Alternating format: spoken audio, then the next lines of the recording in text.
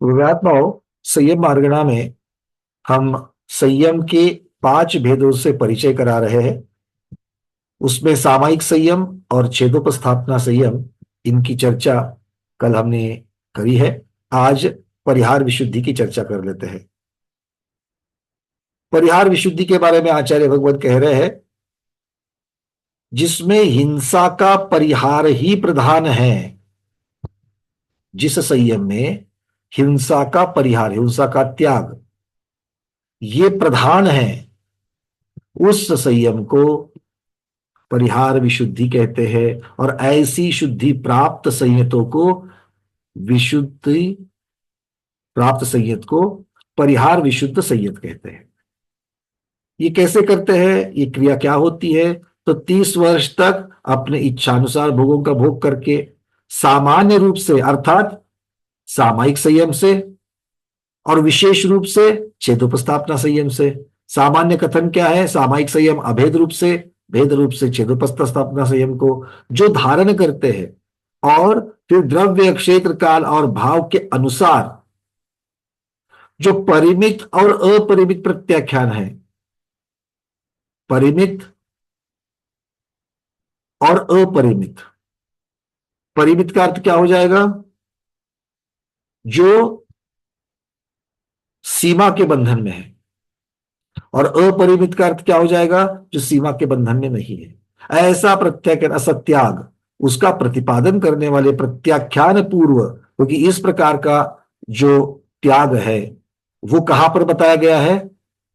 तो 14 पूर्वों में से 9वां पूर्व प्रत्याख्यान पूर्व में बताया गया है, जिसे महार्णव भी कहा जाता है। उसमें अच्छी तरह प्रवेश करके, अर्थात उसका अच्छा अध्ययन करके, जिनका संपूर्ण संशय दूर हो चुका है और जिन्होंने तप विशेष से परिहार रिद्धि को प्राप्त कर लिया है, ऐसे जीव तीर्थंकर प्रभु के पाद मूल में ही परिहार शुद्धि संयम को ग्रहण करते हैं।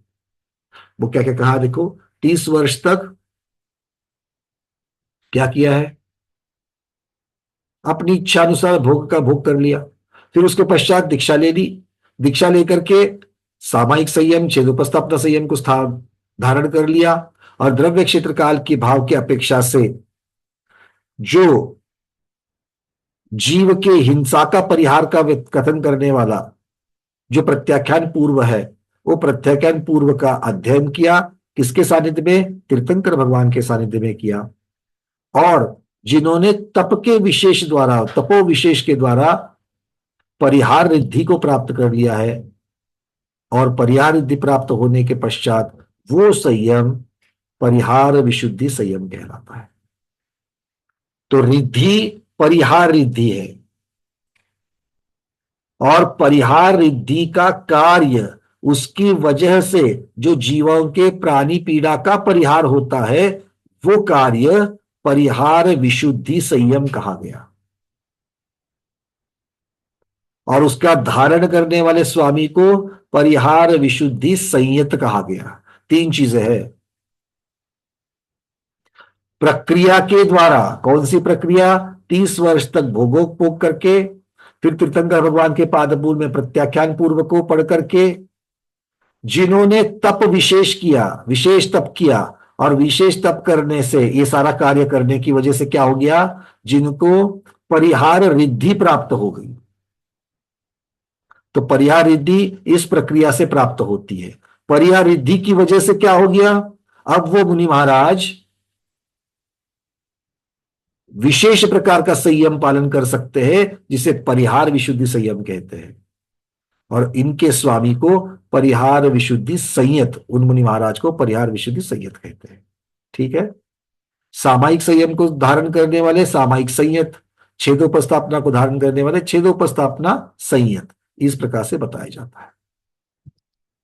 अब आगे कहते हैं आचार्य भगवान की यहां पर, और इनका गुणस्थान कौन सा? 6वां और 7वां। ऐसा कहते ही जिज्ञासाकार पूछ रहे हैं, शंकाकार पूछ रहे हैं, भगवान परिहार रिद्धि तो आगे के गुणस्थान में भी तो रहती है, 8वें, 9वें, 10वें गुणस्थान में भी रहती है, क्योंकि एक बार रिद्धि प्रकट हो जाएगी तो आपका चारित्र तो बढ़ते जा रहा है, क्योंकि ऊपर के गुणस्थान में आप बढ़ते जा रहे हो, तो ऊपर के गुणस्थान में चारित्र बढ़ेगा, या घटेगा?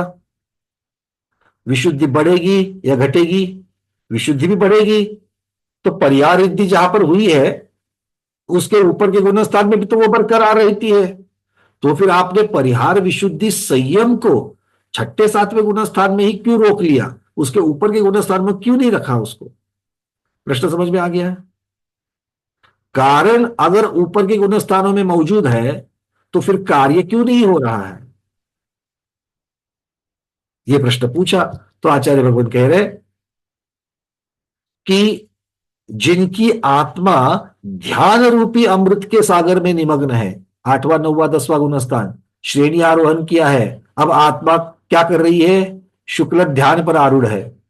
और शुक्ल ध्यान में आरूढ़ जो आत्मा है वो वचन का यम, यम मतलब मौन, पूरा का पूरा निषेध, वचन का पूरा निषेध कर रहे हैं, पालन कर रहे हैं, मतलब मौन का पालन कर रहे हैं।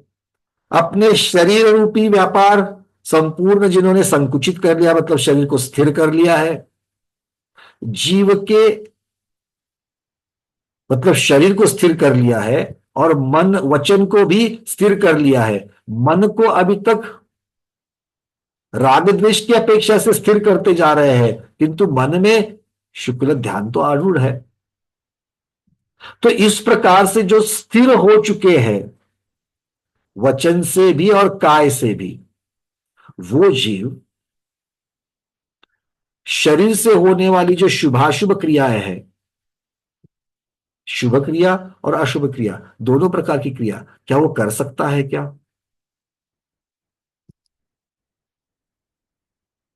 नहीं समझे? चलो। परिहार विशुद्धि, परिहार विशुद्धि कहां पर कार्य प्रकट कहां पर हो जाएगा?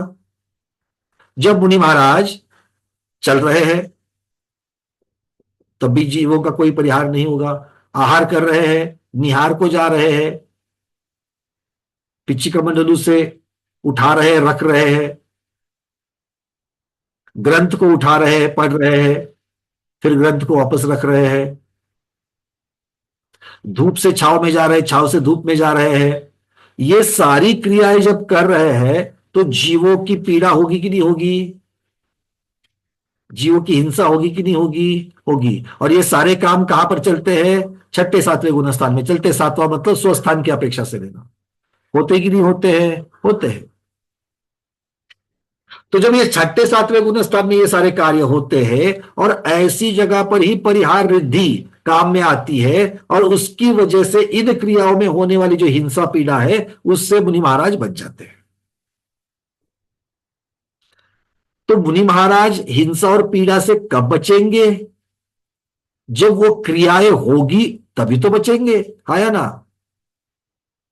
जब क्रिया ही नहीं कर रहे हैं तो हिंसा पीड़ा होगी क्या? गमनागमन की क्रिया ही नहीं करेंगे, वचनों की क्रिया ही नहीं करेंगे, आहार की नहीं करेंगे, निहार की नहीं करेंगे, उठाधरी नहीं करेंगे, तो पीड़ा कहां से होगी जीवों को? शरीर को भी उन्होंने इस प्रकार से स्थिर कर दिया है कि शरीर भी हिल नहीं रहा है, वचन से भी मौन है। तो यहां पर अभी कोई परिहार विधि का काम है क्या? नहीं है। चूंकि यहां पर क्रियाएं ही नहीं है, क्रिया नहीं तो परिहार रिद्धि का कोई काम नहीं बनता है। इस अपेक्षा से ऊपर के गुणस्थानों में, आठवें नवें दसवें गुणस्थान में भले लब्धि रूप, लब्धि का अर्थ क्या होता है? प्राप्ति, उनके पास है। क्या है? परिहार रिद्धि है, किंतु उसका कार्य देखा नहीं जाता, क्योंकि वहां पर उसका कोई कार्य है ही नहीं है। और इसीलिए जब कार्य ही नहीं तो संयम की आवश्यकता है क्या? संयम की आवश्यकता नहीं, तो संयम की जहां आवश्यकता नहीं, वो गुणस्थान संयम के गुणस्थान माने जाएंगे क्या? नहीं माने जाएंगे। इसलिए परिहार विशुद्धि संयम छठे और सातवें गुणस्थान में ही वहां पर उपस्थित रहता है, उसका कार्य देखा जाता है, और इसीलिए उसके गुणस्थान छठा सातवां माना गया है। आठवें और ऊपर के गुणस्थानों में भले परिहार रिद्धि, रिद्धि रूप में, ताकत रूप में, शक्ति रूप में उनके पास विद्यमान है, किंतु उसका कोई कार्य नहीं देखा जाता, जिससे वो संयम भी नहीं होता, और इसलिए वो संयम के गुणस्थान नहीं माने गए। ठीक है? परिहार विशुद्धि के गुणस्थान छठा सातवां। अब आगे कहते हैं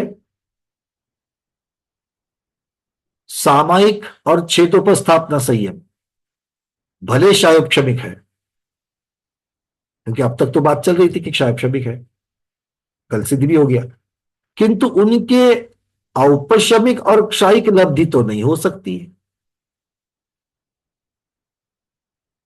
औपशमिक लब्धि कहां मानी है? 11वें गुणस्थान में। क्षायिक लब्धि कहां मानी है? 12वें गुणस्थान में। तो इन गुणस्थानों में सामायिक संयम और छेदोपस्थापना संयम होता है क्या? नहीं होता है। मतलब आचार्य भगवान शंकाकार यहां पर कह रहा है कि सामायिक और छेदोपस्थापना इनमें क्षायोपशमिक लब्धि होती है, किंतु औपशमिक और क्षायिक लब्धि नहीं होती, क्योंकि ये संयम जो है वो अनिवृत्तिकरण अर्थात 90 गुण स्थान तक ही पाया जाता है। तो फिर इन संयतों को, इन कौन से संयत? सामायिक और छेदोपस्थापना को धारण करने वाले जो मुनि महाराज है, उनको क्षायिक और औपशमिक लब्धि कैसे मानी गई? क्योंकि आपने पहले क्या कहा है? सामायिक और छेदोपस्थापना शुद्धि संयत, उसको औपशमिक, क्षायिक और क्षायोपशमिक तीनों प्रकार की लब्धियां होती है करके मान लिया।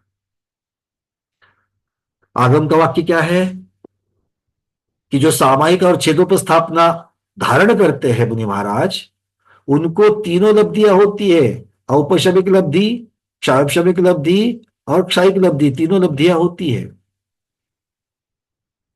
यह आगम का सिद्धांत है।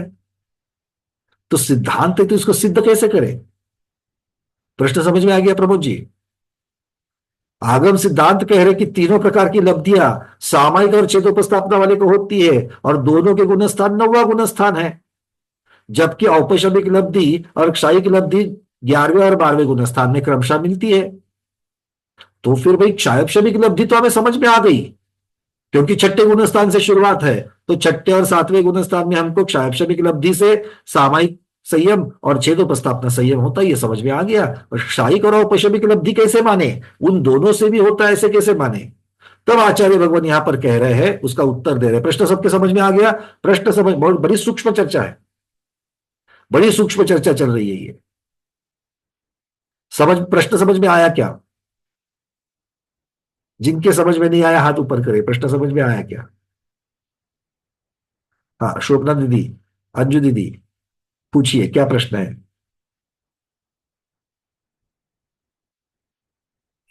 प्रश्न ही समझ में नहीं आया। चलो फिर एक से बात करते हैं, ये संयम जो है, सामायिक संयम, छेदोपस्थापना संयम, ये तो आपके समझ में आ गया है ना? 5 प्रकार की समिति गुप्ती के द्वारा जो करते हैं वो छेदोपस्थापना, अभेद रूप से बोलेंगे तो सामायिक, और इनके गुणस्थान छठे से 9वां, है ना?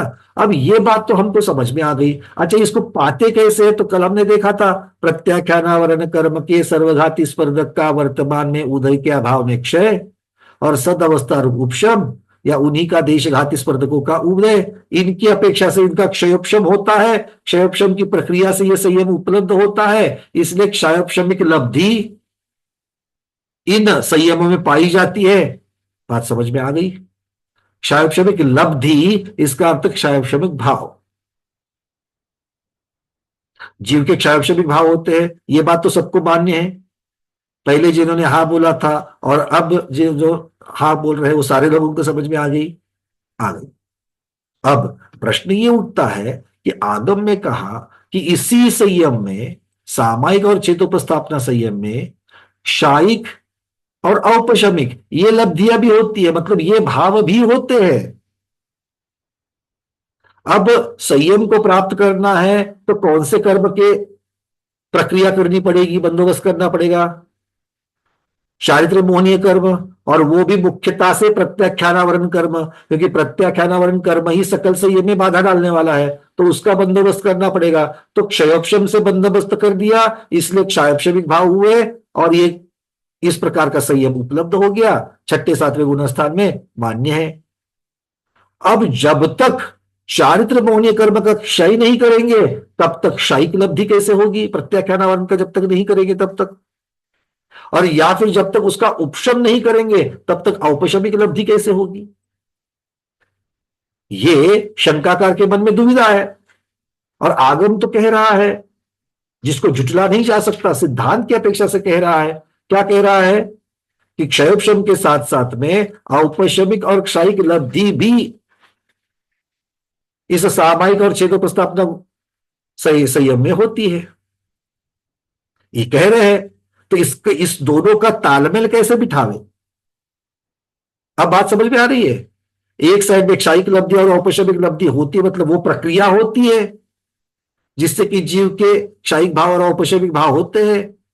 तो ऐसी कोई प्रक्रिया दिखाओ कि जहां पर कर्म का क्षय हो रहा है, जहां पर कर्म का उपशम हो रहा है, तभी तो जाकर के हम मानेंगे कि वहां पर क्षयिक और औपशमिक होती है। बट दूसरा बात तो सिद्धांत बता रहे हो, सिद्धांत है तो उसको सिद्ध करो, कैसे होगा ये? अब प्रश्न समझ में आ गया? हाँ। अब इसका उत्तर आचार्य भगवान दे रहे हैं। वो कह रहे हैं कि शपक और उपशमक संबंधी 9वें गुण स्थान में लोभ संज्वरण को छोड़कर बचे हुए चारित्र मोहनीय कर्म के शपना और उपशमना पाई जाती है। पहले 9वें गुण स्थान की बात कर रहे हैं, ऊपर से नीचे आ रहे हैं। क्या कह रहे हैं आचार्य भगवान? ऐसा मत मानो कि 11वें गुण स्थान में ही उपशम हो रहा है और 12वें गुण स्थान में ही क्षय भाव हो रहे हैं। वो बोल रहे 9वें गुण स्थान में भी होते हैं। अब कैसे होते हैं वो समझा रहे हैं। वो कह रहे हैं कि 9वें गुण स्थान में चारित्र मोहनीय कर्म के संज्वलन लोभ को छोड़ करके बाकी जितने भी, मतलब एक देश रूप से 10वें गुण स्थान के अंत में संपूर्ण मोहनीय कर्म का क्षय या उपशम हो जाएगा, क्योंकि सूक्ष्म लोभ 10वें में बचा रहता है। किंतु 9वें गुण स्थान में जितने भी बादर चारित्र मोहनीय कर्म के स्पर्धक है, उन सब का या तो क्षय या तो उपशम हो रहा है। किसको छोड़ करके? सूक्ष्म लोभ को छोड़ करके, बाकी सबका तो हटा रहे हैं। और सूक्ष्म लोभ का क्यों? क्योंकि सूक्ष्म कृष्टि, बादल कृष्टि से सूक्ष्म कृष्टि सिर्फ और सिर्फ लोभ की ही होती है, संज्वलन लोभ की होती है। कहां पर पढ़ा हमने? गुणस्थान में, श्रेणी आरोहण के गुणस्थानों में हम लोगों ने पढ़ा था इसको। अभी अभी जिसकी प्रतियोगिता हुई है, इसलिए ताजा ताजा याद, ताजा ताजा 1.5-2 महीने पहले की बात याद होगा। ठीक है। अब क्या कह रहे हैं, वो कैसे हो रहा है वो बता रहे हैं। अब 9वें की बात तो करी, अब बोलते हैं 9वें में ही नहीं, 8वें की भी चर्चा करते हैं अपूर्वकरण में। तो अपूर्वकरण से श्रेणी आरोहण होती है, शुक्ल ध्यान शुरू होता है। तो कहते कि अपूर्वकरण गुणस्थान के पहले समय से लेकर के आगे के प्रति समय चारित्र मोहनीय कर्म का शपना और या फिर उपशम, क्षय या उपशम, इसकी प्रक्रिया शुरू होती है। क्यों? क्योंकि 10वें गुणस्थान के अंत में जो मोहनीय कर्म का क्षय या उपशम हो रहा है, वो किसकी वजह से हो रहा है? किसकी वजह से हो रहा है? शुक्ल ध्यान की वजह से हो रहा है कि नहीं हो रहा है? हाँ, शुक्ल ध्यान की वजह से हो रहा है। और शुक्ल ध्यान कब से शुरुआत हो गया? 8वें गुणस्थान के प्रथम समय से। हाँ या ना? अब छोटा सा घरेलू उदाहरण, आपने बर्तन में दूध ले लिया, अभी अभी ग्वाले के पास से आया है। जो लोग थैली का लेते, थैली को फोड़ कर क्या ले लिया, समझ लेना। बर्तन पर बर्तन रख दिया गैस के ऊपर और गैस चालू किया, दूध उबल गया क्या? नहीं उबला, किंतु उबलने की प्रक्रिया प्रथम समय से शुरू हुई या नहीं हुई? उबलेगा तो 10 मिनट के पश्चात, तो 10 मिनट के पश्चात उबलने की क्रिया शुरू हुई थी, या उबलने की क्रिया पहले समय से शुरू हुई? जिस दिन आपने आग लगा दी, वहां पर गैस स्टोव चालू कर दिया, बोलो, चालू हो गई ना। और फिर धीरे, और वो प्रक्रिया प्रति समय हो रही थी, आया ना?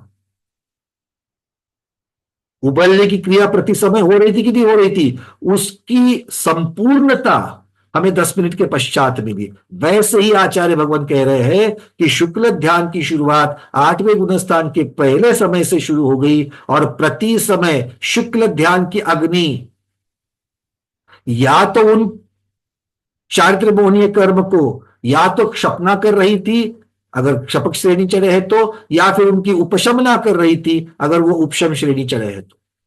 वो प्रति समय कार्य हो रहा था, और वो प्रति समय कार्य होने की वजह से 8वें गुणस्थान में भी और 9वें गुणस्थान में भी वहां पर क्षायिक लब्धि या क्षायिक भाव पाए जाएंगे या फिर औपशमिक भाव पाए जाएंगे। इसकी पूर्णता 10वें गुणस्थान के अंत में मिल जाएगी, किंतु कार्य तो प्रति समय हो रहा था, और प्रति समय होने वाले कार्य की अपेक्षा से उसका जो फल मिलने वाला है, क्या फल मिलने वाला है, क्षायिक लब्धि और औपशमिक लब्धि वहां पर पाई जाएगी।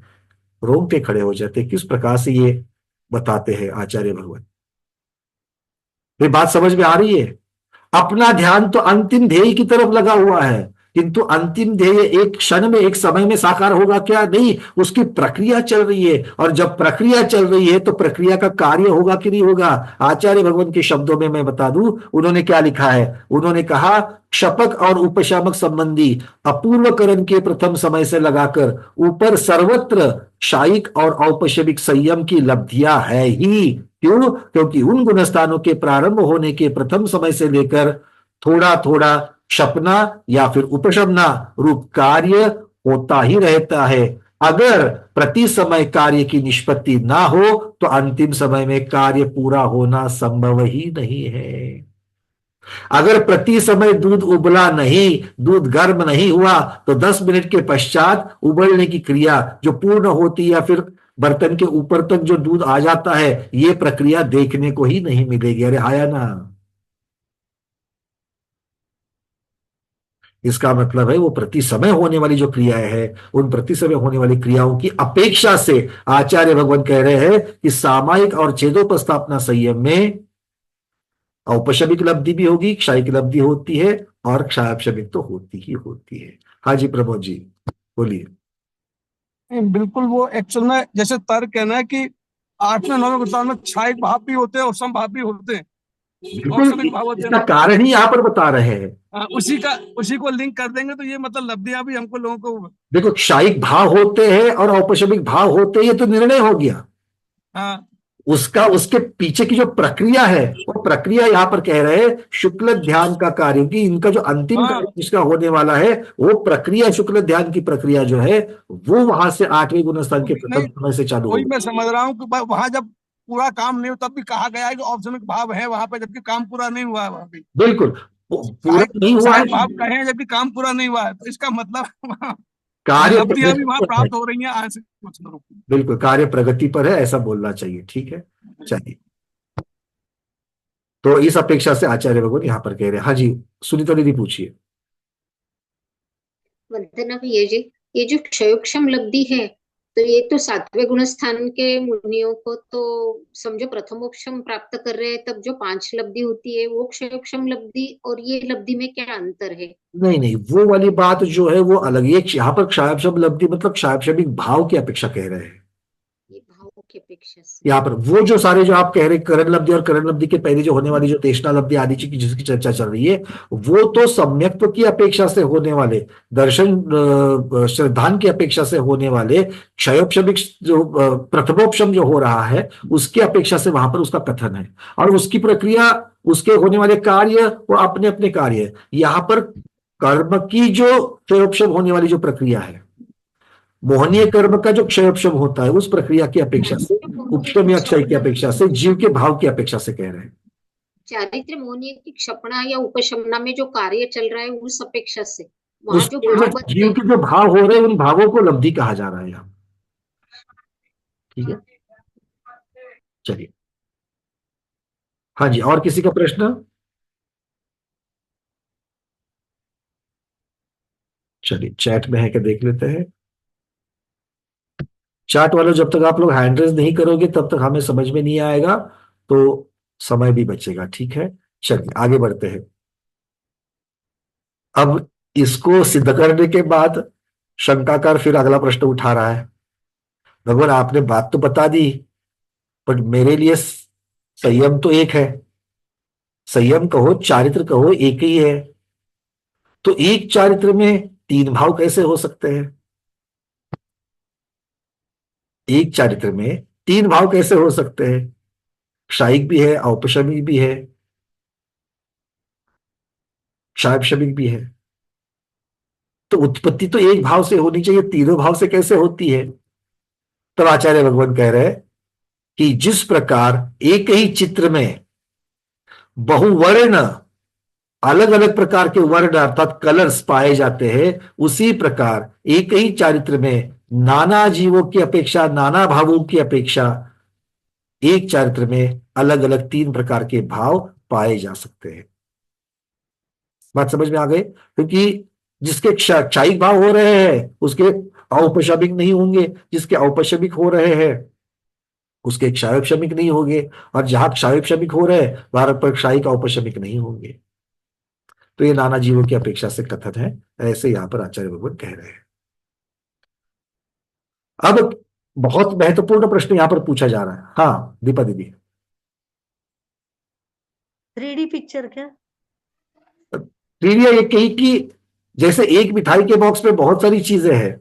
नहीं, 3D एक के समय एक ही भाव, एक समय एक ही भाव। एक समय में एक भाव मतलब उस जीव का, क्योंकि जो क्षपक श्रेणी आरोहण कर रहा है उसके तो औपशमिक भाव होंगे ही नहीं, जो हाँ, उत्तम अलग श्रेणी अलग। आरोहण कर रहा है उसके औपशमिक होंगे ही नहीं, और जब श्रेणी आरोहण में तब क्षायोपशमिक भी नहीं होंगे, और जब क्षायोपशमिक हो रहे हैं तब क्षय और उपशमना इनकी अपेक्षा से कोई कार्य नहीं होगा, तो वो वाले भाव नहीं होंगे।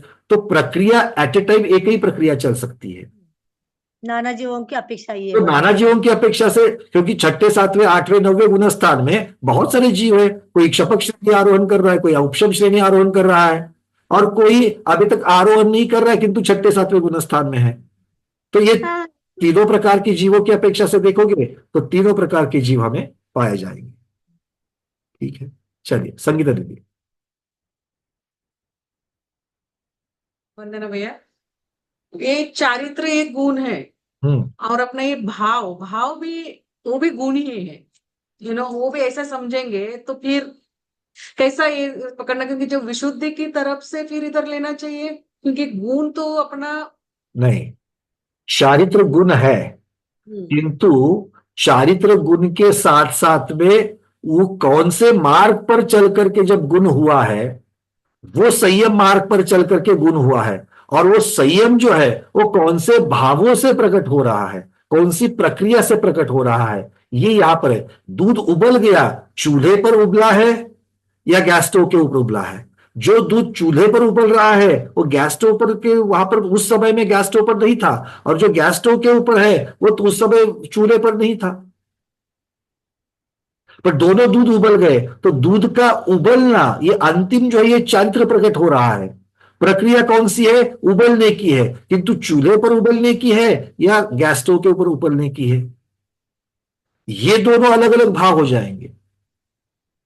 आपका जैसा संयम ज्यादा जैसा बढ़ेगा वो हिसाब से फिर इधर भाव लेना चाहिए, जैसे क्योंकि औपशमिक क्षारशमिक। दूध को आप गुण की अपेक्षा चर्चा करोगे तो चूल्हे का दूध गर्म होना भाव अलग है, मतलब उसका गुण कैसे अलग हो जाएगा? उसमें स्मोकी फ्लेवर आएगा, धुएं का फ्लेवर आएगा। जो गैस स्टोव वाले दूध में धुएं का फ्लेवर नहीं आएगा। मतलब दोनों प्रकार के गुण अलग है, दोनों के तपन जो है वो तपने की क्रिया, मतलब जो संयम है वो दोनों के संयम की प्रक्रिया अलग है। इस प्रकार से उसको हम दृष्टांत से समझ सकते हैं। ठीक है, थैंक यू। चलिए, गुण तो है किंतु एक गुण स्मोकी फ्लेवर का है, गंध का है, और दूसरा उबलने का है, चारित्र प्रकट होना है। इस प्रकार से दोनों भी गुण है। अब प्रश्न ये उठता है, 4 संज्वलन और 9 नो कषाय, ये जो 13 प्रकृतियां देशघाती मानी गई, इसके देशघाती स्पर्धक है, और ये देशघाती स्पर्धक का जब उदय है तो संयम की उत्पत्ति में निमित्त माना है, हाँ या ना? सारी चर्चा अब तक जो चल रही है वो सब में इनके सानिध्य में, इनके सानिध्य में, इनके सानिध्य में हो रहा है करके बता रहे हैं सकल संयम की उत्पत्ति। जैसे रोटी सूर्य प्रकाश के सानिध्य में बनाई गई, तो निमित्त तो सूर्य प्रकाश में तो निमित्त बना वहां पर। तो यहां पर भी ये बात है, क्या बात है कि ये 13 प्रकृतियां देशघाती स्पर्धकों का जो उदय है वो संयम की उत्पत्ति में निमित्त होता है। तो जो सकल संयम की उत्पत्ति में निमित्त माना गया है वो संयमा संयम की उत्पत्ति में निमित्त कैसे बन सकता है? देखो शंकाकार कहाँ कहाँ अपनी बुद्धि लगा रहा है। वो क्या कह रहा है, जिससे जिसके सानिध्य में सकल संयम उत्पन्न हो सकता है उसके सानिध्य में संयमा संयम की उत्पत्ति क्यों मान रहे हो? तो उसका सानिध्य मिले तो सकल संयम ही होना चाहिए, संयमा संयम क्यों होना चाहिए? क्योंकि जब हमको और आपको जब संयमा संयम जब हुआ तो वहां पर भी संजवरण के चतुष्क का देशघाती स्पर्धक तो उदय में थे और नौ नौ कषाय भी उदय में थे, आया ना। किंतु हमें और आपको संयमा संयम उत्पन्न हुआ और आचार्य भगवान को वहां पर जो उनका है वो सकल संयम है। तो ऐसा कैसे? तो ये प्रश्न यहां पर उन्होंने मान लिया। अब आचार्य भगवान इसका उत्तर दे रहे हैं। होता क्या है ना कि शंका जब मन में आती है तो दिमाग एक दिशा में सोचता है और उसको आजू बाजू की चीजें नहीं दिखती है, तो आचार्य भगवान सिर्फ उसके आजू बाजू की चीजें दिखा करके उसको ठीक कर देते हैं। इतना ही फर्क है। कैसे ठीक करते देखिए। वो कह रहे हैं कि ऐसा नहीं है। क्यों? क्योंकि प्रत्याख्यानावरण के सर्वघाती स्पर्धकों के उदय से इन 13 स्पर्धकों के उदय का उदय जो है वो प्रतिहत हो गया, बाधित हो गया है। दो चीजें समझ लो, एक सकल संयम की उत्पत्ति है और एक संयमा संयम की उत्पत्ति है। दोनों जगह पर 13 देशघाती स्पर्धकों का उदय हो रहा है, ये बात तो कॉमन है, आया ना। हाँ, पर सकल संयम में प्रत्याख्यानावरण कर्म का क्षयोपशम हो गया, उद्याभावी क्षय और सदअवस्था उपशम हो गया। और संयमा संयम में प्रत्याख्यानावरण का क्षयोपशम हुआ क्या? नहीं, वहां तो प्रत्याख्यानावरण के सर्वघाती स्पर्धकों का उदय है। वहां तो संयमा संयम में तो आपने प्रत्याख्यानावरण का कुछ भी बंदोबस्त नहीं कर पाए, उसके जो के त्यों। सकल संयम में उसको आपने शक्तिहीन कर दिया, पर संयमा संयम के समय में उसका शक्तिहीन नहीं कर पाए। और इसीलिए यहां पर प्रत्याख्यानावरण के शक्तिहीनता के साथ साथ में इन 13 स्पर्धकों का अर्थात 4 संज्वलन और 9 9 कषाय इनके देशघाती स्पर्धकों का उदय है। और संयमा संयम में प्रत्याख्यानावरण के सर्वघाती स्पर्धकों के उदय के साथ में इन 13 प्रकृति का उदय है। और जो प्रत्याख्यानावरण के सर्वघाती उदय है वो सकल संयम होने नहीं दे रहा है। मतलब जो निमित्त 13 स्पर्धकों का यहां पर जो हुआ था सकल संयम में, वो संयमा संयम में बाधित हो गया। बाधित हो गया मतलब लिमिटेड हो गया। और वो कैसे, किससे लिमिटेड हो गया? प्रत्याख्यानावरण के सर्वघाती स्पर्धकों से लिमिटेड हो गया। और इसीलिए वहां पर एक देश संयम उत्पन्न हुआ और दूसरी जगह पर सकल संयम हो गया। बात समझ में आ गई? चलिए, बहुत बढ़िया। हाँ अनिता दीदी पूछिए।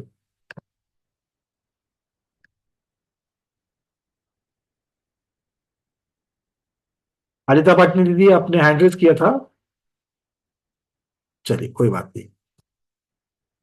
अब आचार्य भगवानी की जो वाक्य है, हाँ मैना दीदी, डॉक्टर मैना दीदी पूछिए। आप पूछे, बता दिया आचार्य ने जो इसका उत्तर दिया है। अब आचार्य के शब्दों की अपेक्षा से भी देखते हैं। हाँ नहीं, अपन वैसे पहले तो सब जगह यही कह रहे हैं कि कर्म के उदय से संयम नहीं हो रहा है।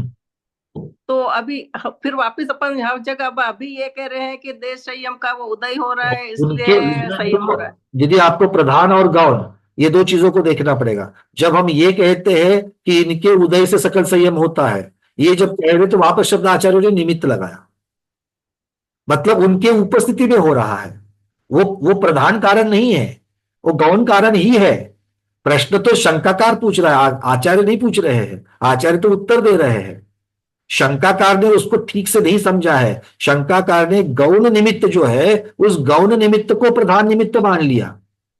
इसीलिए उसको लग रहा है कि उसके मन में जिज्ञासा होगी कि दोनों जगह पर अगर उसी को प्रधानता दी जाएगी तो दोनों का कार्य अलग अलग कैसे होगा। ठीक है, तो इसका मतलब अपने को यह सोचा जाए कि जो जो प्रत्यय क्या हो गया, पता नहीं क्या खत्म थी कि वो जो सर्वघाती स्पर्धकों का जो क्षय और सदअवस्था उपशम किया, तो मेन संयम तो वो पैदा कर रहा है, और ये जो देश संयम के जितने हैं ये केवल वहां पे निमित्त मात्र हैं। देश में वो जो देशघाती स्पर्धकों का जो उत्तर है वो गौण कारण है। सकल संयम की उत्पत्ति में या संयम संयम की उत्पत्ति में यह गौण कारण है। प्रधान कारण प्रत्याख्यानावरण कर्म का क्षयोपशम या फिर सर्वघाती स्पर्धकों का उदय, ये प्रधान कारण है दोनों। हाँ, यहां पर क्षयोपशम किसका कर रहे हो संयम संयम में? अप्रत्याख्यानावरण का। हाँ, ये समझ मेन कारण वही रहेंगे, मतलब उनकी वजह वजह से से प्रत्याख्यानावरण का क्षयोपशम होने से क्या हो गया? असंयम का पारा हो गया, असंयम का बंदोबस्त हो गया। पर प्रत्याख्यान के सर्वघाती स्पर्धक है इसलिए सकल संयम प्रकट नहीं किया। ठीक है, चलिए धन्यवाद। अब वापस वही प्रक्रिया मत पूछो। चलिए पूछिए, कुसुम छावड़ा दीदी मुंबई और सुजाता दीदी। हाँ, वंदना भैया जी, जरा ये क्वेश्चन ही समझ में नहीं आया मेरे। अच्छी बात है ना फिर, क्योंकि जिन्होंने गलत सोचा उनको ये प्रश्न पड़ा हो गया। ठीक है, ये बात आंसर समझ में आ रहा, पर क्वेश्चन क्या पूछा वो ही नहीं आ रहा भैया। अच्छा चलो कोई बात नहीं, बता देते हैं। देखो क्वेश्चन उन्होंने ये पूछा जिज्ञासाकार ने कि निमित्त आपने क्या बताया सकल संयम की उत्पत्ति का?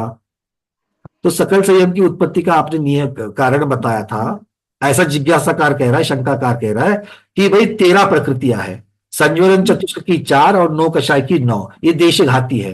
तो ये देशघाती स्पर्धक के उदय के निमित्त से सकल संयम हुआ, ऐसा उसको याद आ रहा है, वो पूछ रहा है। किंतु ये बात भूल गया, ये गौण कारण था, प्रधान कारण कुछ अलग ही था। अच्छा, तो उसको क्या लग रहा है, ऐसी ही उपस्थिति संयमा संयम की भी उत्पत्ति में होती है। तो फिर वो दोनों जगह पर कंपेयर कर रहा है कि यहां पर भी यही कारण है, यहां पर भी एक कारण है, और एक जगह पर सकल संयम की उत्पत्ति हो रही है, एक जगह पर संयमा संयम की उत्पत्ति हो रही है। तो ऐसा भेद क्यों, ये उसको प्रश्न था। क्यों था? क्योंकि उसने सिर्फ दोनों जगह पर जो गौण निमित्त है उस गौण निमित्त की अपेक्षा से उसने सोचा, प्रधान निमित्त की अपेक्षा से नहीं सोचा। जो प्रधान निमित्त एक जगह पर प्रत्याख्यानावरण का क्षयोपशम है और दूसरी जगह पर प्रत्याख्यानावरण के सर्वघाती स्पर्धकों का उदय है। ठीक है, ये आचार्य भगवान बता रहा है। चलिए सुजाता दीदी।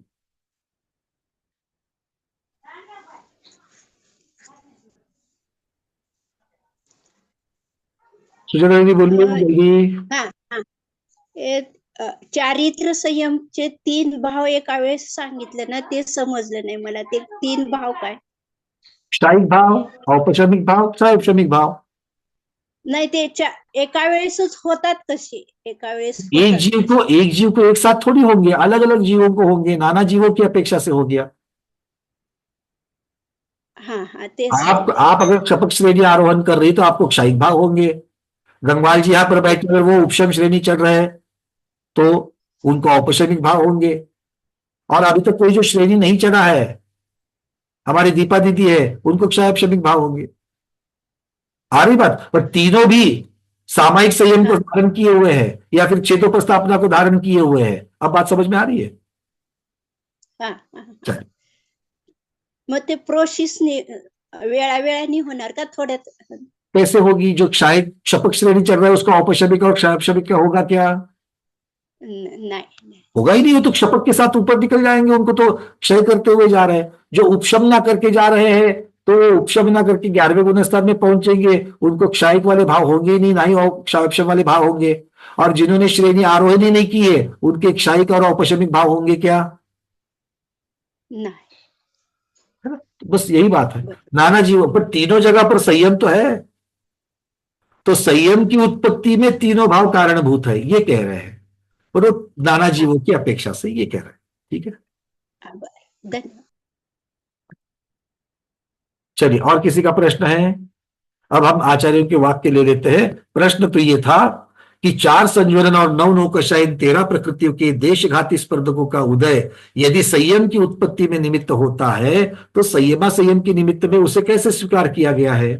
तब आचार्य कह रहे हैं कि नहीं, प्रत्याख्यानावरण के सर्वघाती स्पर्धकों के उदय से जिन 13 देशघाती स्पर्धकों का उदय बाधित हो गया है उस उदय के संयमा संयम को छोड़ करके सकल संयम को उत्पन्न करने का सामर्थ्य नहीं होता है। अर्थात प्रत्याख्यानावरण के सर्वघाती स्पर्धकों के उदय का अभाव यही संयमोत्पत्ति का प्रमुख निमित्त कारण है। ठीक है, जो हमने चर्चा करी थी वही ये आचार्यों के शब्दों में बताया है, नया कुछ भी नहीं बताया है। जो पिछले 5 मिनट में चर्चा हुई है वो, हाँ, ये तो कुछ चेहरे ऐसे हो गए, अरे ये नया कुछ तो आ गया। नहीं, नया कुछ नहीं आया। जो 5 मिनट पहले से जो चर्चा करके जो आपको रेडी तैयार करके जो लड्डू दिया था उसी का ये सारण है। ठीक है ना, बस और कुछ बात नहीं। चलिए आगे बढ़ते हैं। अब आचार्य भगवान कह रहे हैं, अब यहां तक कि 3 भेदों की चर्चा परिचय करा दिया गया, सामायिक, छेदोपस्थापना और परिहार विशुद्धि, और उसके संबंधी प्रश्न भी पूछे गए। अब चौथा संयम कौन सा है? सूक्ष्म सांप्राय संयम। अब सूक्ष्म सांप्राय संयम का यहां पर आपसे परिचय कराया जा रहा है। परिचय समझते हो ना? मिलनी, मिलनी, विवाह की शुरुआत में मिलनी बोलते थे, क्या बोलते हैं आप लोग? लड़की वाले आते, लड़के वाले आते, एक दूसरे का परिचय करते, बट परिचय कैसा शॉर्ट में रहता है, बस ये शॉर्ट चल रहा है। ठीक है ना? संयम, संयम के साथ में। सांप्राय किसे कहते हैं? कषाय को कहते हैं। और जिन संयमियों की, जिन संयतों की सांप्राय अर्थात कषाय सूक्ष्म हो गई है, वो सूक्ष्म सांप्राय संयत है। जिन मुनि महाराज का संयम सूक्ष्म कषाय के साथ में है, वो सूक्ष्म सांप्राय शुद्धि संयत कहलाते हैं। क्या कहलाते हैं? सूक्ष्म सांप्राय शुद्धि संयत कहलाते हैं। ठीक है, तो जो उनके पास लब्धि है, प्राप्ति है, उनके पास जो निधि है, उस निधि की अपेक्षा से कहते हैं। किसी के पास 1,00,000 रुपए या लाखों में है, उसको क्या कहते हैं? लखपति कहते हैं। जिसमें को करोड़ों में है वो करोड़पति कहते हैं। आया ना? अरबोपति, खरबोपति, ये क्यों कहते हैं? उनके पास उतनी उतनी निधियां होती है। तो जिसके पास कषाय बादल नहीं है, सूक्ष्म है, उनको क्या कहेंगे? सूक्ष्म कषाय वाले क्या कहेंगे? या सूक्ष्म कषाय पति। जैसे लखपति, करोड़पति, अरबपति, वैसे सूक्ष्म कषाय पति। तो सूक्ष्म कषाय पति, पति कहने की जगह पर यहां पर कौन है? संयमी है, संयत है। और कषाय को सांप्राय कहते हैं, तो सूक्ष्म सांप्राय संयत। आ गई बात समझ में? बड़ी बात कुछ नहीं है इसमें। जो जो जिनके जिनके पास है उनके नाम से पहचाने जाते हैं। ठीक है ना? चलिए अब सूक्ष्म सांप्रायिक संयत कौन कौन सी लब्धि से होते हैं? अब तक तीनों जो होते, अब तक सामायिक और छेदोपस्थापना, इनमें औपशमिक, क्षायिक और क्षायक्षमिक तीनों प्रकार के लब्धि हमको प्राप्त हुई। परिहार विशुद्धि तीसरे में कौन सी लब्धि प्राप्त हुई? परिहार विशुद्धि में कौन सी लब्धि प्राप्त हुई? कौन बताएगा? कनकमाला दीदी। अब ना नहीं कहना।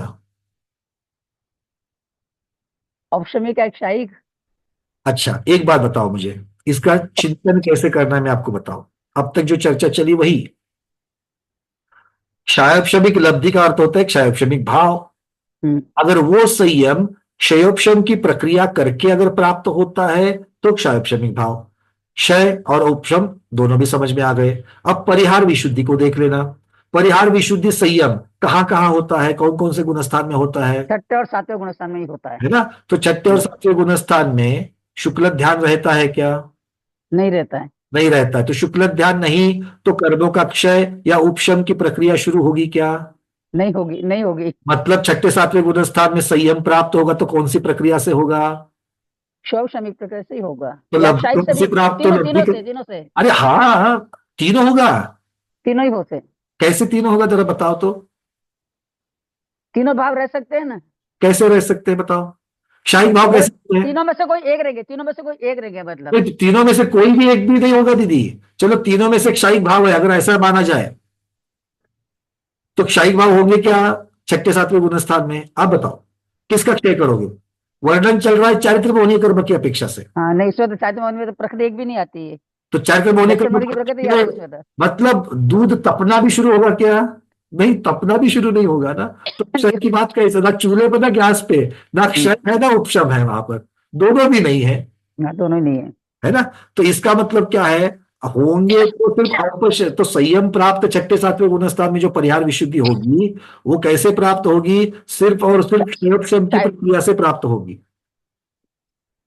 आगे बात समझ में? चलिए, बहुत बढ़िया। तो जो क्षयोपशम की प्रक्रिया से ही प्राप्त होता है वहां पर क्षयोपशम की ही शुद्धि होगी। शोभना दीदी, क्लियर है अब? तो सामायिक और छेदोपस्थापना में तीनों प्रकार के भाव हो गए, तीनों प्रकार की लब्धियां हो गई। परिहार विशुद्धि में सिर्फ क्षयोपशमिक लब्धि हुई। क्लियर है? हाँ, अब चलते आगे। अब सूक्ष्म सांप्राय में कौन सी लब्धि होगी, कौन बताएगा? पीडीएफ में नहीं देखना है। सूक्ष्म सांप्राय में कौन सी लब्धि होगी? जो हैंड रेस का बटन दबाएंगे उन्हीं को पूछेंगे।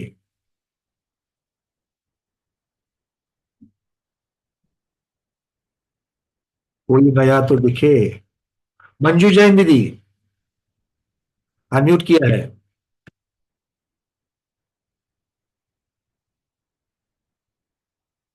अनम्यूट दबा करके आप बात कर सकते हो।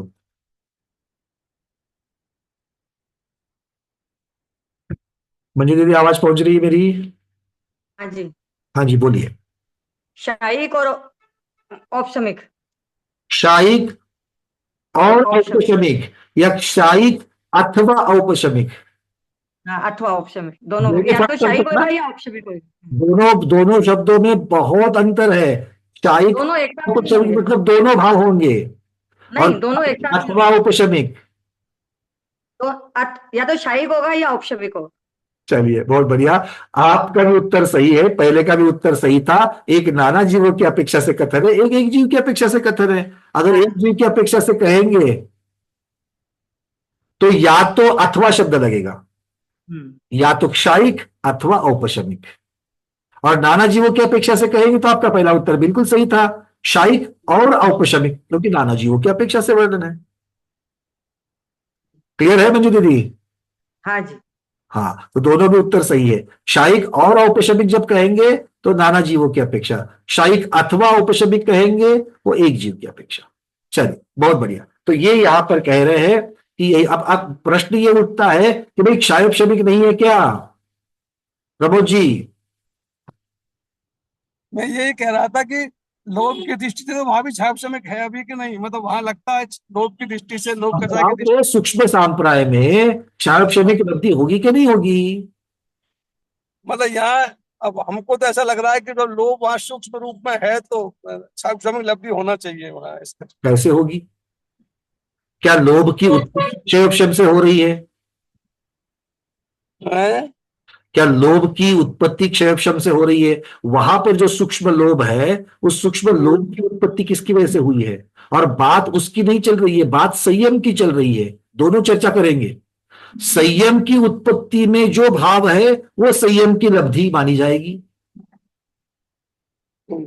संयम की लब्धि तो क्षायिक और औपशमिक से ही हो। वहां क्षयोपशमिक भाव नहीं है, वहां क्षयोपशमिक भाव है ही नहीं। बिल्कुल। और जो सूक्ष्म लोभ की अपेक्षा से वर्णन करेंगे तो सूक्ष्म लोभ का जो उदय वहां पर हो रहा है, तो सूक्ष्म लोभ का उदय है, सूक्ष्म लोभ की अपेक्षा से औदयिक भाव कहे जाएंगे। ठीक है ना? सूक्ष्म लोभ की, क्योंकि क्षयोपशम मतलब आधा खुला आधा बंद, ऐसी प्रक्रिया ही नहीं हो रही वहां पर। तो श्रेणी में तीन ही भाव हो सकते हैं, या तो क्षायिक, या तो औपशमिक, या तो औदयिक। अलग अलग प्रकार के कर्मों की अपेक्षा से दिया जाए तो। अब कर्म की अपेक्षा से दिया जाए, जब अगर आप ज्ञानावर्णीय कर्म को लोगे तो हाँ भाई, क्षयोपशमिक हो जाएंगे। 8वें 9वें 10वें गुणस्थान में भी क्षयोपशमिक भाव पाए जाएंगे। किसमें? ज्ञानावर्ण, दर्शनावर्ण, अंतराय कर्म की अपेक्षा से। चारित्र होने की वजह से जो है नहीं होगा, क्योंकि यहाँ पर संयम की चर्चा चल रही है और आपने लोभ की चर्चा करी, तो इस दोनों की अपेक्षा से उत्तर देंगे तो लोभ की अपेक्षा से औदयिक है, किंतु उसकी चर्चा यहाँ नहीं है। चर्चा होगी तो संयम की होगी। तो सूक्ष्म सांप्राय संयम में सिर्फ दो ही लब्धियां होगी, क्षायिक, औपशमिक। ठीक है, चलिए, बहुत बढ़िया। सबको क्लियर है? अपने अपने हैंड रेज हटा दो। अब चलते हैं आगे। चारित्र मोहनीय कर्म के संपूर्ण उपशम से उपशांत कषाय गुणस्थान होता है, और संपूर्ण क्षय से क्षीण मोह गुणस्थान होता है, मतलब 12वां गुणस्थान होता है। तो उपशांत कषाय और क्षीण कषाय आदि यहां से लेकर के जो गुणस्थान ऊपर के हैं, इनमें यथाख्यात विहार शुद्धि संयम होता है। यथाख्यात विहार। और इस यथाख्यात संयम में अब लब्धियां कौन कौन सी होगी? प्रश्न अपना अगले भेद के लिए पूछ लेते हैं। यथाख्यात संयम में कौन से होगी? हाँ स्मिता दीदी, आपने हैंड रेस करो, पहले हैंड रेस का बटन दबाओ। यहां से अनम्यूट ही नहीं हो रहा दीदी, हैंड रेस का बटन दबाओ। ढूंढो ढूंढो।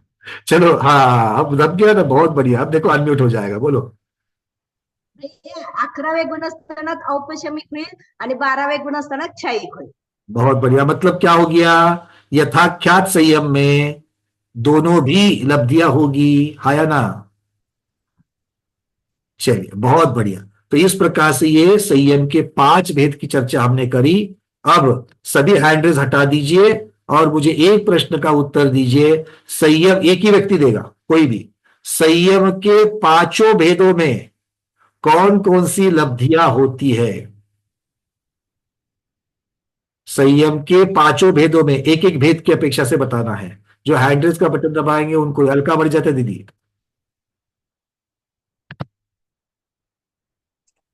वंदना भैया जी, जय जिनेन्द्र। छेदोपस्थापना और सामयिक और छेदोपस्थापना में तीनों लब्धियां होती है। ठीक है। औपशमिक, शायिक और शायपशमिक। परिहार विशुद्धि में सिर्फ एक लब्धि होती है, शायपशमिक लब्धि। और अब इसके बाद में सूक्ष्म सांप्राय में औपशमिक लब्धि और शायिक लब्धि। और परिहार यथाख्यात चारित्र में भी औपशमिक और शायिक लब्धि। हमने तो ऐसा क्या संयम में पूछा था? मैंने चारित्र का बता दिया ना। तो यथाख्यात संयम में कौन सी होगी? टाइम है। यथाख्यात संयम में कौन सी लब्धि होगी? यथाख्यात संयम में या तो औपशमिक लब्धि होगी या शायिक लब्धि होगी। और अगर मैं कहूँ शायिक और औपशमिक दोनों होती है, ऐसा कहूँ तो फिर वो गुणस्थान के हिसाब से रहेगा ना कि 11वें गुणस्थान में औपशमिक गुणस्थान की चर्चा ही नहीं करी हमने, तो सीधा सीधा यथाख्यात संयम की बात कही। हाँ, तो यथाख्यात में तो दोनों हो जाएगी, क्योंकि यथाख्यात संयम तो 11, 12, 13, 14 में रहता है ना, तो आप तो बोली कि दोनों हो जाएगी। अगर मैं कहूँ या तो क्षयिक होगी या तो औपशमिक होगी, तो वो अलग अलग जीव के हिसाब से अलग अलग होगी। और पूरा का पूरा सारा का सारा समग्र जो जितना मुझे कहना था वो सारा कुछ आपके प्रश्न के उत्तर में आ गया। बहुत बढ़िया, बहुत बहुत अनुमोदन दीदी। सारे के सारे उत्तर आपने बिल्कुल सही बताए। ठीक है, थोड़ा सा मैं क्या है ना कि अलग अलग तरीके से घुमा घुमा करके आप जब किसी चीज को जब बघार लगाते हो ना, तड़का लगाते हो ना, तो तड़का लगा करके छोड़ देते हो क्या? सब जगह पर घूमना चाहिए, सब जगह से। हाँ, तो ऐसे ही है वो। ठीक है ना? तो सब जगह से जब देखेंगे तो बढ़िया से व्यंजन बन जाता। चलिए बहुत बढ़िया दीदी, आगे बढ़ते। इसका मतलब है सबके समय में सब कुछ आ गया। यहां तक आचार्य भगवंतों ने इनका परिचय बताया था। अब तक जितनी चीजें हुई है उनमें किसी का प्रश्न है? नहीं तो फिर हम चलेंगे अब संयमा संयम और असंयम की उत्पत्ति कैसे होते हैं उसकी तरफ। अभी तक उत्पत्ति के कारण चल रहे हैं, उत्पत्ति के चर्चा चल रही है। इसके आगे चल करके भेदों की चर्चा चलेगी। पहले उत्पत्ति की चर्चा। हाँ भाई, किसी को प्रश्न है? सुनीता दीदी। सर, जहाँ जिज्ञासा शुरू हुई थी उस पेज पे है मेरा प्रश्न। वहां बोलिए।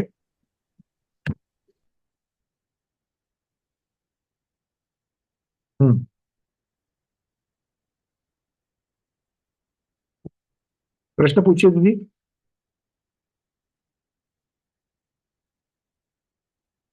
सुंदर दीदी। हाँ, जिज्ञासा में तो चारित्र तो अंतराय कर्म की इसमें कैसे लेना है उसको? आवरण यानी कौन से कर्म का आवरण लेना है वहां पे? चारित्र आवरण कर्म, चारित्र को आवृत करने वाला, आवरण करने वाला कर्म चारित्र मोहनीय कर्म। चारित्र रागद्वेष से ही संबंधित है और रागद्वेष उत्पन्न कराने वाला अर्थात चारित्र को आवृत करने वाला, आवरण करने वाला, ऐसा उसका अर्थ। ठीक है, चलिए स्मिता दीदी।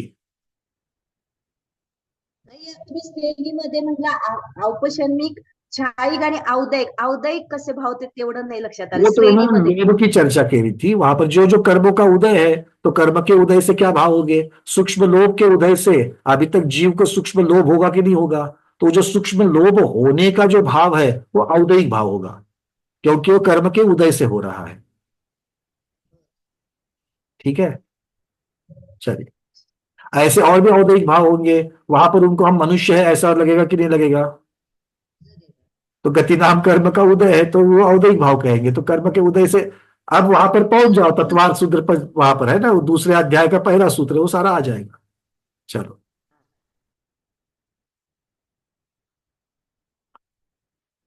हाँ जी, और किसी का प्रश्न नहीं है क्योंकि कोई भी हाथ हैंडल्स का बटन नहीं है। अब चलते हैं हम उत्पत्ति के कारण संबंधी अगली गाथा, गाथा क्रमांक 469।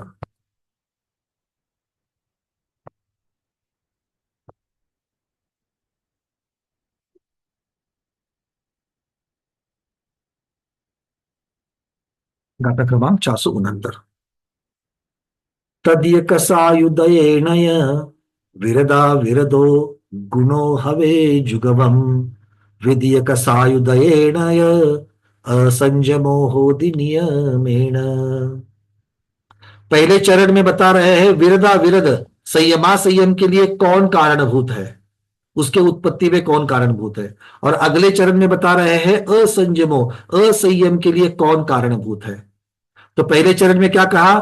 तदीय कषाय उदयेण, तदीय मतलब तृतीय, तृतीय कषाय का उदय, उसके उदय होने की वजह से संयमा संयम गुण हवे जुगवम, वो गुण होता है, और विधीय कषाय उदयेन, द्वितीय कषाय के उदय से असंजमो होदि नियमेण, असंयम नियम से होता है। अब पहली कषाय, दूसरी कषाय, तीसरी कषाय, चौथी कषाय कौन सी है? पहली कषाय कौन सी? अनंतानुबंधी, दूसरी अप्रत्याख्यान, तीसरी प्रत्याख्यान, अप्रत्याख्यानावरण, प्रत्याख्यानावरण और संज्वलन, ये चार हो जाएगी। शॉर्टकट में तो बहुत बोल लेते हैं, बात समझ में आ रही है? तो संयमा संयम की प्राप्ति किसकी वजह से हो रही है? वो कह रहे तीसरी कषाय के उदय से, प्रत्याख्यानावरण कर्म के उदय से हो रही है, और असंयम किसकी वजह से हो रहा है? दूसरी कषाय अर्थात अप्रत्याख्यानावरण कर्म के उदय से हो रहा है।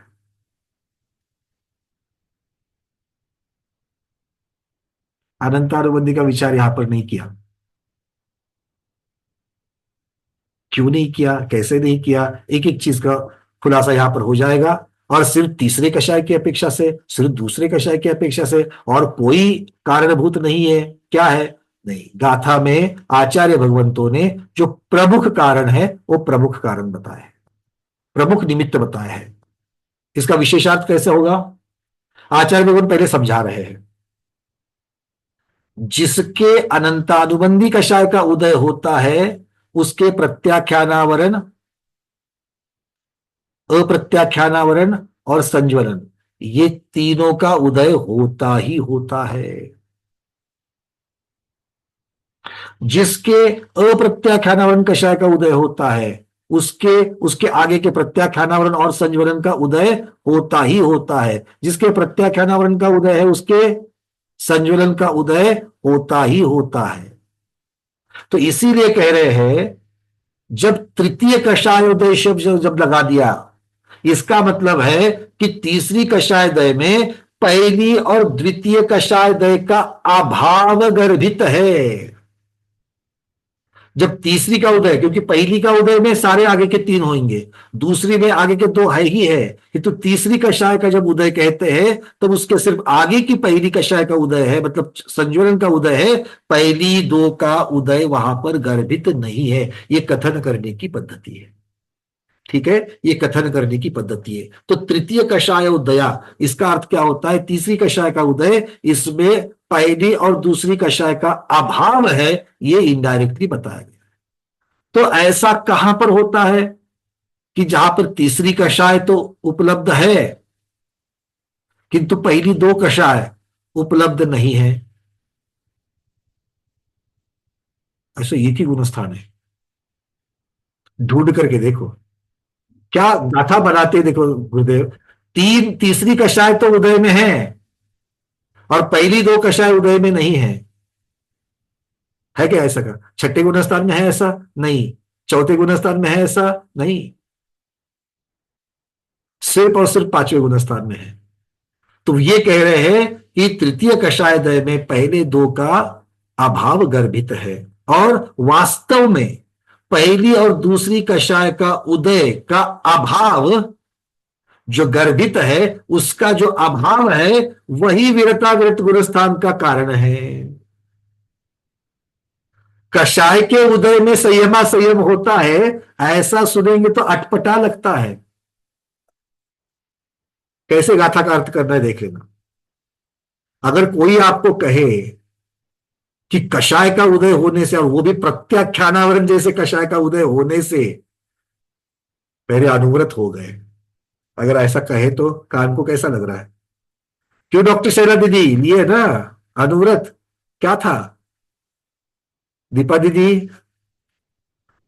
इसका मतलब है कि जब प्रत्याख्यानावरण, जब किंतु कह क्या रहे हैं कि तीसरी कषाय का उदय, तो तीसरी कषाय का उदय जब है तब पहले 2 कषाय का अभाव है, और पहली 2 कषाय ही है जो संयमा संयम को भी उपलब्ध करने नहीं देती है, ना उत्पन्न होने देती है। तो संयमा संयम में वास्तविक में बाधा कौन है? अनंतानुबंधी और अप्रत्याख्यान। वो जहां चली गई, अर्थात जहां पर प्रत्याख्यानावरण है, तो वो ही पंचम गुणस्थान का कारण ये कथन करने की पद्धति है। ठीक है, बात समझ में आ गई? ऐसी ही है अप्रत्याख्यानावरण कषाय का उदय। ये उदय होने पर सकल संयम तो छोड़ो, एक देश संयम भी नहीं होता, क्योंकि अप्रत्याख्यान, प्रत्याख्यान मतलब त्याग संयम, होने नहीं देने वाली अप्रत्याख्यानावरण। तो असंयम के लिए कारण कौन है? सीधे सीधे अप्रत्याख्यानावरण कारण है। ठीक है, गाथा समझ में आ गई? तो संयमा संयम का कारण, संयमा संयम का कारण प्रथम 2 कषाय के अभाव में तृतीय कषाय का उदय। असंयम का कारण 2 हो सकते हैं, असंयम का कारण 2 हो सकते हैं। क्यों? क्योंकि असंयम कहां कहां है? पहले, दूसरे, तीसरे और चौथे गुणस्थान में। तो चौथे गुणस्थान में, दूसरे, तीसरे, चौथे गुणस्थान में, दूसरे, तीसरे और चौथे गुणस्थान में अगर देखा जाए, नहीं दूसरे को छोड़ना पड़ेगा, तीसरे और चौथे गुणस्थान में, सिर्फ तीसरे और चौथे गुणस्थान में देखा जाए तो अनंतानुबंधी नहीं है, अकेली अप्रत्याख्यानावरण है। तो तीसरे चौथे गुणस्थान के असंयम का कारण कौन बनेगी? अनंतानुबंधी के अभाव में अप्रत्याख्यानावरण। और पहले दूसरे गुणस्थान में जहां पर अनंतानुबंधी है, पहले दूसरे गुणस्थान में कौन बनेगी? अनंतानुबंधी कषाय का उदय, वहां पर असंयम का कारण माना जाएगा। ठीक है, इसलिए असंयम क्या हो गया? असंयम क्या हो गया?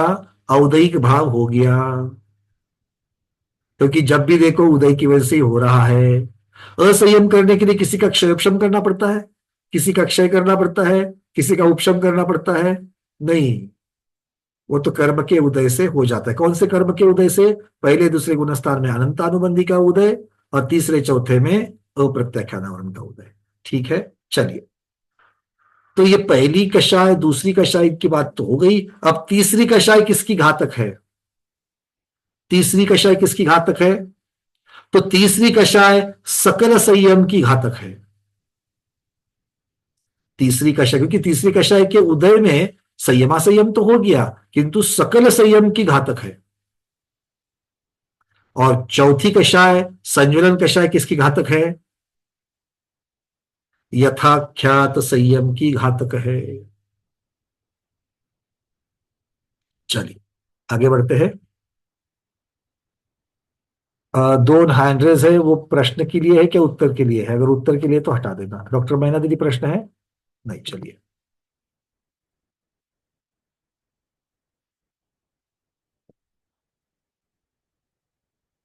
अब चलते हैं थोड़ा आगे। प्रश्न अब यहां पर आ रहा है। विशेषार्थ में आचार्य कह रहे हैं जीव क्षायक्षमिक लब्धि से संयता संयत होता है। मान्य है सबको? शीर्षक की आवश्यकता है? पहले पांचों संयम में हमने लब्धियां देखी, संयमा संयम में लब्धि कौन सी होगी? अंजलि दीदी नागपुर, संयमा संयम में लब्धि कौन सी होगी? क्षायक्षमिक होगी। क्षायक्षमिक। क्षायक्षमिक। और कोई दूसरी होगी? नहीं। पक्का? हाँ। चलो बहुत बढ़िया। अगली टाइम से समय कम लगना चाहिए, बिल्कुल, और कुछ दूसरा हो ही नहीं सकता है। ठीक है, चलिए आगे बढ़ते हैं। अब कह रहे हैं 4 संज्वलन और 9 नौ कषाय के क्षयोपशम संज्ञा वाले देशघाती स्पर्धकों के उदय से संयमा संयम की उत्पत्ति होती है। मानते हो क्या? आचार्य कह रहे करके मानना अलग छोड़ दो, अधिगमज के, अधिगमज से मान रहे हो कि क्या शब्द है? देखो ठीक से सुनना। वो यहां पर कह रहे हैं 4 संज्वलन और 9 कषाय, 9 कषाय मतलब 13 कर्म प्रकृतियां हो गई। इनकी क्षयोपशम संज्ञा वाले देशघाती स्पर्धक, मतलब इन 13 के जो देशघाती स्पर्धक है, किंतु कौन से देशघाती स्पर्धक? कौन से देशघाती स्पर्धक? तो क्षयोपशम संज्ञा वाले देशघाती स्पर्धक, उनकी वजह से संयमा संयम की उत्पत्ति होती है। तो ये क्षयोपशम संज्ञा वाले, क्षयोपशम नाम वाले देशघाती स्पर्धक, ये क्या है ना गंगवाल जी? ये क्या चीज है? ये क्या चीज है? क्षयोपशम होता है तो मुख्यता से क्या होता है? मुख्यता से सर्वघाती का उदयाभावी क्षय होता है, और उदी का सद अवस्था रूप उपशम होता है। पक्का? तो जिनका ऐसे देशघाती स्पर्धक जिनका नाम क्षयोपशम है, ऐसे देशघाती स्पर्धक जिनका नाम क्षयोपशम है,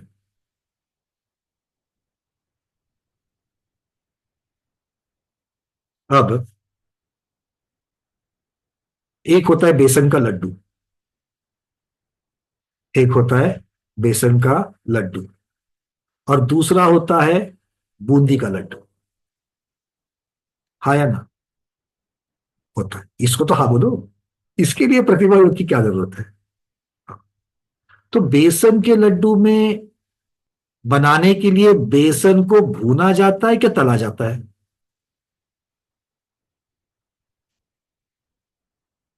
हमारे स्मिता दीदी ऐसा ऐसा मतलब भूना जाता है। दीदी देख रहे हो ना नीचे से गैस चालू है कि नहीं? नहीं तो भूना नहीं जाएगा, है ना? और बूंदी के लड्डू में जो बूंदी बनती है वो, उसमें बेसन ही है किंतु तला जा रहा है। प्रक्रिया अलग अलग है कि नहीं है? एक में भूना जा रहा है, एक में तला जा रहा है, तो बूंदी को क्या कहेंगे? तली हुई बूंदी। और बेसन के लड्डू का जो हमारे यहां तो सारण कहते हैं, आप लोग क्या कहते हैं मालूम नहीं, जब वो चूरमे के अवस्था में होगा तो आप क्या कहेंगे? भुना हुआ बेसन। मतलब जिस प्रक्रिया को वो प्राप्त करके यहां तक पहुंचा है, उस प्रक्रिया के नाम से भी पहचाना जाता है। हाँ क्या नाम? वैसे ही मेरे पास दो देशघाती स्पर्धक है, मेरे पास दो देशघाती स्पर्धक है। एक पहले से ही जो देशघाती है, और दूसरे को प्रक्रिया करके देशघाती बनाया गया है।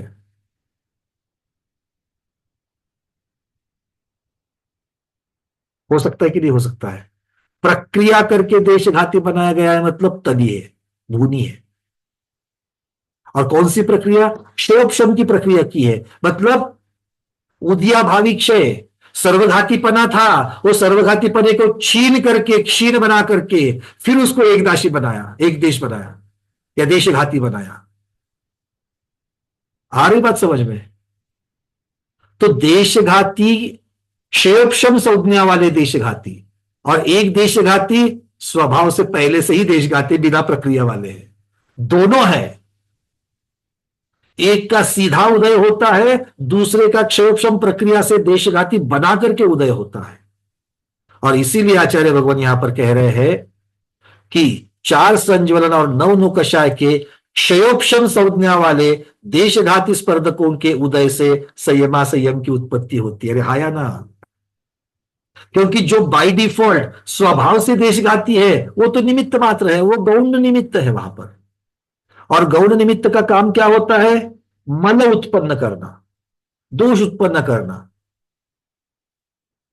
और जो मार पिटा करके, तल करके, भून करके जिनका सर्वघातीपना निकाल दिया गया है, और जो सर्वघाती से देशघाती बनाए गए हैं, वही तो प्रधान कारण है जिसमें संयमा संयम की उत्पत्ति हो रही है। अब संयमा संयम का आप चार्ट देखो, क्या लिखोगे संयमा संयम के चार्ट में? क्या लिखोगे? सर्वघाती स्पर्धकों का उद्याभावी क्षय। उद्याभावी क्षय किया मतलब क्या किया? उनको देशघाती में कन्वर्ट कर दिया। हाँ या ना? और सदअवस्था उपशम की बात ही नहीं, वो तो सर्वघाती है, सत्ता में पड़े हैं, उदय में नहीं आ रहे, तो उनका तो कोई कन्वर्जन नहीं हो रहा है। पर कन्वर्जन किसका हो रहा है? सर्वघाती का उद्याभावी क्षय की अपेक्षा से कन्वर्जन परिणमित हो रहे हैं। और मुख्य प्रधान कारण कौन है? इनका सर्वघाती पने का नष्ट होना, भले देशघाती पने की अपेक्षा से। तो वो जो कारण है वही यहां पर प्रमुख कारण है। और आचार्य भगवान इसीलिए कह रहे हैं कि क्षयोपशम संज्ञा वाले देशघाती स्पर्धक जो है वो संयमा संयम की उत्पत्ति के कारण है। अर्थात जिनका क्षयोपशम किया गया है, ऐसे सर्वघाती स्पर्धक अब देशघाती बने हैं, और फिर जाकर के वो संयमा संयम की उत्पत्ति बन गई है। आगे कहते हैं, प्रत्याख्यानावरण के सर्वघाती स्पर्धकों के उदय से जिन 4 संज्वलन आदि देशघाती स्पर्धकों का उदय बाधित हो गया है। बाधित हो गया मतलब अगर वो नहीं होते तो सकल संयम उत्पन्न हो जाता। क्यों? क्योंकि इन 13 देशघाती के निमित्त में, उनके सानिध्य में सकल संयम ही उत्पन्न होता है। अरे हाँ या ना? इसके थोड़ी देर पहले तो देखा था। तो इससे वो क्यों नहीं हुआ सकल संयम उत्पन्न? क्योंकि प्रत्याख्यानावरण के सर्वघाती स्पर्धक उसको बाधित कर रहे हैं, वो उसमें अड़चन डाल रहे हैं, और इसीलिए संपूर्ण संयम उत्पन्न ना होकर के एक देश संयम उत्पन्न हो गया। उस उदय के संयमा संयम को छोड़ करके संयम उत्पन्न करने का सामर्थ्य नहीं है। अर्थात प्रत्याख्यानावरण कषाय का उदय संयम का घातक है, संयमा संयम का घातक नहीं है। इसीलिए प्रत्याख्यानावरण कषाय का अगर उदय भी हो जाए, सर्वघाती का भी अगर उदय हो जावे, तो भी संयमा संयम बरकरार रहता है। संयमा संयम में कोई बाधा नहीं आती है। ठीक है? तो पंचम गुण स्थान वर्ती, अगर आपका पंचम गुण स्थान ढलना है, नीचे उतरना है, तो कौन चाहिए? अप्रत्याख्यानावरण चाहिए। प्रत्याख्यानावरण कुछ नहीं हो रहा है। प्रत्याख्यानावरण तो वैसे भी हम लोगों का उसका बटन ऑन ही है, वो तो चालू ही है, उसके सर्वघाती स्पर्धक का उदय चल ही रहा है प्रत्याख्यानावरण के, ठीक है ना। और इसीलिए तो हम 15 दिन के वो जो है ना मर्यादा, वो सब मर्यादा यहां पर आ जाएगी। खैर, विषयांतर हो जाएगा। मुख्यता से है कि प्रत्याख्यानावरण कषाय का उदय संयमासंयम गुणस्थान होने में कोई बाधक नहीं है, अप्रत्याख्यानावरण संयमासंयम में बाधक हो सकता है। चलिए आज यहीं पर रुक जाएंगे। संगीता दीदी, आपका एक अंतिम प्रश्न बोलिए। भैया ये संज्वलन वाला और ये नौ कशाल वाले जो देशघाती स्पर्धक और जो अपने क्षयोक्षम वाले जो करके सर्वघाती वाले जो देशघाती स्पर्धक हो जाते हैं, तो उनका अविभाज्य घटक सेम ही रहेगा? देखो, दोनों को देशघाती कहा गया है, और देशघाती में भी जघन्य मध्यम उत्तम तो होते ही होते हैं। तो इसलिए सामान्य कथन तो यही होगा कि दोनों देशघाती है। सामान्य कथन अभेद कथन की अपेक्षा से देखा जाए तो अविभाग प्रतिच्छेद शक्ति समान है। शक्ति मतलब तकलीफ देने की शक्ति समान है, किंतु उसके अंदर अविभाग प्रतिच्छेद की अपेक्षा से सूक्ष्म कथन भेदरूप कथन करने के लिए जाएंगे तो कोई जघन्य होगा, कोई मध्यम होगा, कोई उत्तम। तो संज्वलन वाले फिर जघन्य होगा, ऐसा ही पकड़ना पड़ेगा ना, क्योंकि वो ये नहीं कह सकते, ये नहीं कह सकते, क्योंकि प्रत्याख्यानावरण का सर्वघाती का जो जघन्य होगा, क्योंकि सर्वघाती में भी तो 3 भेद है, तो सर्वघाती का जघन्य जब पिटपाट करके जब देशघाती बन रहा है तब वो कौन सी कैटेगरी में चले जाएगा? ये तो अनुभाग का किस प्रकार, क्योंकि ये सारा अनुभाग की अपेक्षा से वर्णन है, तो अनुभाग कितना क्षीण हो रहा है और अनुभाग को क्षीण करने के लिए कितना क्षयोपशम है उसकी अपेक्षा से इसका वर्णन दिया जाएगा। और क्षयोपशम हर एक का अलग अलग होगा। पहली प्रतिभा वाला पंचम गुणस्थानवर्ती का क्षयोपशम अलग होगा, 11वें गुणस्थान 11वां प्रतिभाधारी का अलग होगा, और आरिका माता जी का अलग होगा। ठीक, वहां पर अनुभाग अविभाग प्रतिच्छेद की चर्चा होगी। ठीक है, क्लियर? चलिए, और भी प्रश्न है? समय तो पूर्ण हो चुका है। अब इसके आगे 3 ही प्रश्न है, 3 प्रश्न के आगे कोई हाथ ऊपर नहीं करना। अगर करना है तो व्हाट्सएप पर आ जाएगा। कुसुम छाबड़ा दीदी मुंबई से, फिर अंजू पांडे दीदी और अर्चना दीदी, जल्दी से। भैया जी, ये हमारी पीडीएफ में नहीं है, सुधारित पीडीएफ दूसरी आएगी क्या? कौन से पीडीएफ में नहीं है? ये 69 वाला हमारे पीडीएफ में नहीं है। सुधारित अगर नहीं है, बहुत पहले वाली पीडीएफ अगर आपके पास में है, वही है। हाँ, अच्छा तो ठीक है, तो फिर उसमें नहीं होगा, आगे वाले से आ जाएगा। आज हम फिर भी चारों ग्रुप के ऊपर जो अभी मेरे पास जो अंतिम रेडी है, अंतिम मतलब जो पहली प्राथमिक आवृत्ति कह रहा हूं वो आ जाएगा, उसमें है सारी चीजें। ठीक है, चलिए। अंजू पांडे दीदी। वंदना भैया जी। हाँ दीदी। भैया जी, अगर छपक सम्यक दृष्टि नहीं, छायिक सम्यक दृष्टि अगर उपशम श्रेणी चढ़ता है तो फिर 11वें गुण स्थान में उसके हमने उपशम लब्धि ली है। बिल्कुल उपशम लब्धि है। वो सम्यक दृष्टि कौन सा है उसकी अपेक्षा से चर्चा नहीं चलेगी। चारित्र मोहनीय के साथ में क्या कर रहा है उसकी अपेक्षा से लब्धि का वर्णन आएगा, क्योंकि चर्चा संयम की चल रही है जी। क्योंकि क्षायिक सम्यक दृष्टि जब बन गया तो सम्यक्त्व की अपेक्षा से, श्रद्धान की अपेक्षा से उसके तो क्षायिक भाव है ही है, उसके पास क्षायिक लब्धि है ही है, और वो तो चौथे गुण स्थान में भी श्रेणिक राजा के पास भी तो थी, क्योंकि कर्मों का क्षय करने से क्षयिक भाव होते हैं। तो कौन से क्षयिक भाव हो गए? श्रद्धान संबंधी क्षयिक भाव हो गए। पर चारित्र संबंधी, लेकिन 4वें गुण स्थान में फिर उसको क्षयिक लब्धि नहीं बोलेंगे, क्योंकि उसके तो चारित्र मोहनी का क्षयिक कहाँ है? कहां पर? 11वें गुण स्थान में, जैसे हमने ये ऑप्शन लब्धि जो ली है, 11वें गुण स्थान में औपशमिक लब्धि ही कही जाएगी, अकेले औपशमिक कही जाएगी। पर यथाख्यात संयम में चूंकि 11वां गुण स्थान भी है, 12वां भी है, 13वां भी है, 14वां भी है, तो इसीलिए 11वें की अपेक्षा से औपशमिक लब्धि और बाकी 3 की अपेक्षा से क्षयिक लब्धि। ठीक है जी जी जी। चलिए जी, थैंक यू। अर्चना दीदी, अंतिम प्रश्न। वंदना भैया जी। भैया जी, ये मेरे को ना आप जब तक समझाते समझ में आता है, उसके बाद मैं उसमें दिमाग में इतना उसके गोते खाने लगती हूँ, समझ में ये सब भूलने लगती हूँ। वीडियो की लिंक आ जाएगी, वीडियो की लिंक बार बार सुनो और ध्यान से सुनो, बिल्कुल समझ में आएगा। आप जैसे सोचेंगे तो आराम से समझ में आएगा। टफ है मेरे लिए ये समझना, क्या बिना अणुव्रत लिए समझा नहीं जा सकता है क्या? नहीं नहीं, ज्ञान की बात में अनुव्रत कहाँ से आ गए? अनुव्रत से अनुव्रत से निर्जरा होगी। अनुव्रत लेंगे तो हमारा, नहीं, अनुव्रत लेंगे तो निर्जरा होगी, उसका फायदा अलग होगा, इसलिए अनुव्रत जरूर लेना, अनुव्रत जरूर लेना। हाँ, लेकिन ज्ञानावरण कर्म का जो क्षयक्षम है, ज्ञानावरण कर्म, देखो ज्ञानावरण कर्म के क्षयक्षम के लिए विशुद्धि चाहिए कि नहीं चाहिए? और याद में रहने के लिए मति ज्ञानावरण कर्म की भी विशुद्धि चाहिए। तो मति ज्ञानावरण, शुद्ध ज्ञानावरण, ये दोनों की विशुद्धि चाहिए। तो ज्ञानावरण कर्म की विशुद्धि की अपेक्षा से तो विशुद्धि बढ़ाने के लिए अलग अलग तरीके से विशुद्धि बढ़ाई जा सकती है। अनुव्रत से तो विशुद्धि बढ़ती ही बढ़ती है, किंतु उसके साथ साथ में ज्ञानावरण कर्म का क्षयक्षम करने के लिए जो कारण दिए गए हैं, जो तत्वासूत्र पंच और हमारे पूजपा स्वामी के सर्वार्थ सिद्धि में भी बड़े डिटेल्स में, राजवार्तिक में और भी डिटेल्स में दिए गए हैं, उनकी एक बार चर्चा जरूर करना। वो करने से जरूर ज्ञानावरण कर्म का क्षयक्षम और भी बढ़ जाता है। और उसके लिए शुद्ध ज्ञानावरण का भी क्षयक्षम करने के लिए आप जाप्य आदि भी कर सकते हैं। क्यों भैया जी? ठीक है, जाप तो करती हूँ, छठखंड आगम वाला जो मतलब ज्ञानमती माता जी ने जब शुद्ध वो होता है वो के लिए एक जाप दी थी ना। देखो अगर पेशेंट ये कहे कि हम सारी दवाई लेते हैं फिर भी अगर मेरा व्याधि दूर नहीं, सुनो, तो भी व्याधि दूर नहीं हो रही है, इसका अर्थ एक ही निकलता है कि व्याधि बहुत पुरानी है और अभी की औषधि पर्याप्त नहीं है, औषधि की मात्रा बढ़ानी पड़ेगी।